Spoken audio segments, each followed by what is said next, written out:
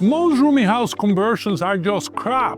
The reality is that if you're trying to minimize your cost and you go and try to buy a cheap house, probably a very old house, and then you try to minimize the conversion cost or the renovation cost, try to keep it as cosmetical as you can, maybe putting a couple of walls, and then you're never gonna achieve the results you want. We have discovered over and over again that tenants are happy to pay more and stay longer for high quality accommodation. And that's one of the reasons why we have now completely focused on purpose design, purpose build, brand new rooming houses. That's something that is very different to what most people are doing out there, but it is providing so much better results than what the rest of the market is doing. The reality is we have come with a number. We've done some research in our portfolio and in other people's portfolios, and we've been able to establish that there's a value, a monetary value that people are happy to pay to have the right conditions, to not have to share a bathroom with other people, to have their own kitchenette where they can decide what to eat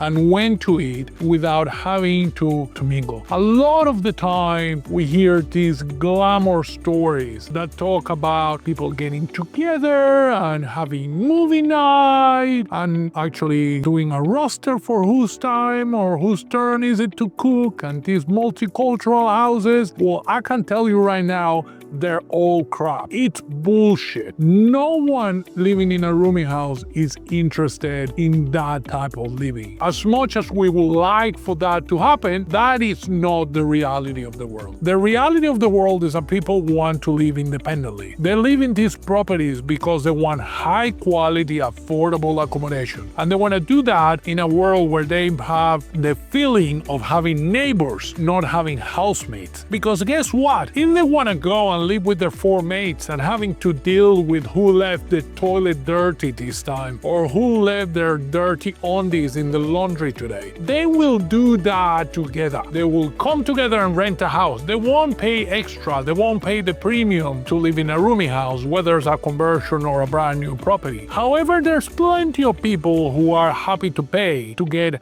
high quality accommodation, to get a high quality purpose-built property that not only gives them everything they need, but that also provides them with a place where all the maintenance is taken care of, all the utilities are taken care of, all the cleaning is taken care of, and that way they can concentrate on doing whatever else they have to do in their life. Not actually very different to what happens to our property owners, where they work with a partner like us to make sure that we do everything, that we design the property, that we build it, that we rent it. That way all of them can continue to do what they want. They can continue to experience financial freedom, and they can go and either dedicate it to their careers or ultimately go and drink mojitos in the Bahamas if that's ultimately what they want. The story and they pretend that conversions are like the new thing and that conversions is exactly where it's at and that you can actually get a property that provides you with the same type of returns that you can in a new purpose-built property. It's just not true, and we see it over and over again. We see investors who over and over again start in conversions because they're cheaper and because that's either all they can afford or because they can think that the returns are going to be better, but inevitably they move up and they upgrade to the real product that is ultimately going to provide the returns that they need. And unfortunately, that's